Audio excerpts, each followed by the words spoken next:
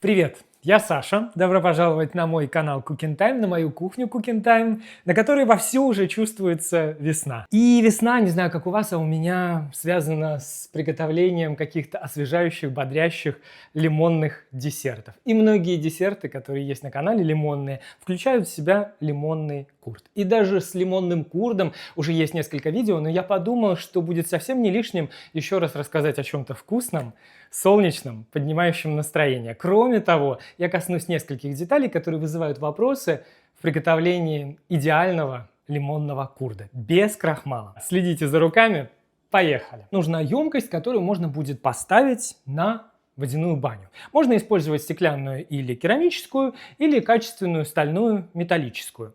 Плюсы стальной в том, что все делается гораздо быстрее, за несколько минут готов идеальный курд. Минусы: кто-то может чувствовать вкус металла, если используется некачественная сталь. Плюсы стеклянной и керамической как раз в отсутствии, полном отсутствии какого-либо металлического привкуса.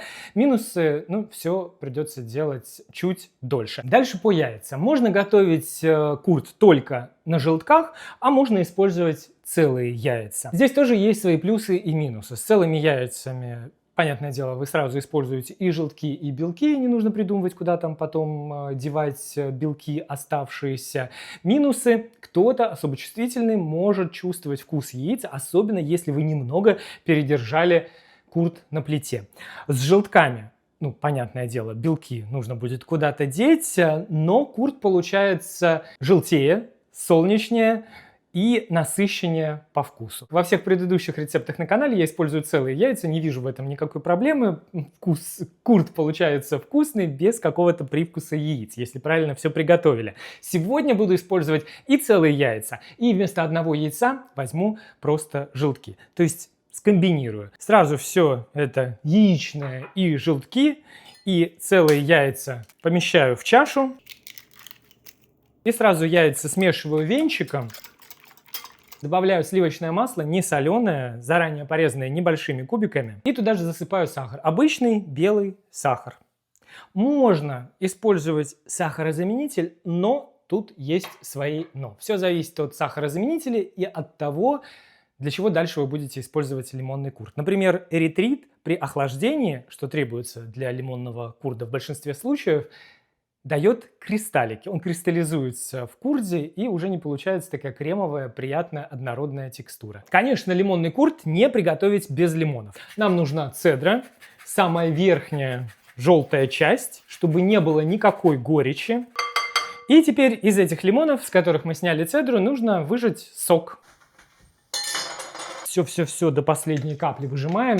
Даже если сок этот не понадобится, а нам необходимо определенное количество, поэтому отмерьте, прежде чем добавлять туда в чашу сок. Но сок не пропадет, его можно использовать потом для приготовления вкусной заправки для какого-нибудь салата. И отмерив нужное количество, добавляем лимонный сок в чашу к остальным ингредиентам.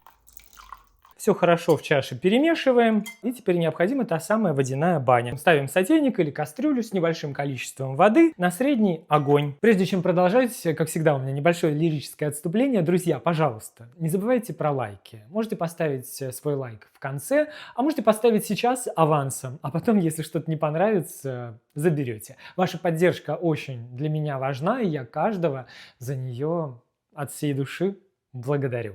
Продолжаем. И когда вода закипит, убавляем огонь до небольшого, так чтобы она лишь слегка подкипала, и ставим на сотейник или кастрюлю чашу с будущим лимонным курдом. И помешивая все это, без истерики, сначала спокойно растворяем сливочное масло, превращая все это в однородную смесь. Когда масло растворится, смесь начнет нагреваться, увеличивайте интенсивность работы венчиком, все еще без истерики, но уже активнее и тщательнее. Прежде всего важно не сварить яйца, чтобы вместо лимонного крема не получился лимонный омлет. Через какое-то время вы увидите и почувствуете, как смесь в чаше начнет загустевать. Тут самое время подключать термометр. Да, это такой полезный инструмент для приготовления идеального лимонного курда. Идеальная температура или температура идеального курда должна быть 80 градусов Цельсия, 175 Фаренгейта. Есть еще один способ проверить готовность курда. Берете деревянную ложку, лопатку, окунаете туда, проводите пальцем. Если остается такой четкий след на лопатке, значит, тоже готово. Если уже почти готовый курд вам кажется немного бледноватым, особенно в том случае, если вы используете только целые яйца, сделать его более солнечным можно, добавив немного куркумы или турмерик. Но совсем чуть-чуть, не переборщите, чтобы не было никаких лишних привкусов. Готовый курд снимаем с огня, аккуратнее. И для того, чтобы он получился по-настоящему нежным, гладким, необходимо его процедить, пропустить через сито, чтобы оставить в сите всю лимонную цедру. Цедру, кстати, можете потом не выбрасывать, добавить в какую-нибудь утреннюю кашу, йогурт или творог. И вот такой получается нежнейший, я бы сказал, даже воздушный и уже достаточно густой крем. Но чтобы он стал еще гуще, его нужно хорошо, как следует, полностью охладить. Для этого сначала остужаем до комнатной температуры, лучше помешивая или сразу накрыть пленкой до контакта. А потом убираем в холодильник. Опять же, накрыв пленкой до контакта, чтобы не образовывалось сверху никакой пленочки. Но если терпения нет, курд можно охладить с помощью ледяной бани. В большую чашу насыпаем лед и ставим туда чашу с курдом и, помешивая, доводим все до охлаждения.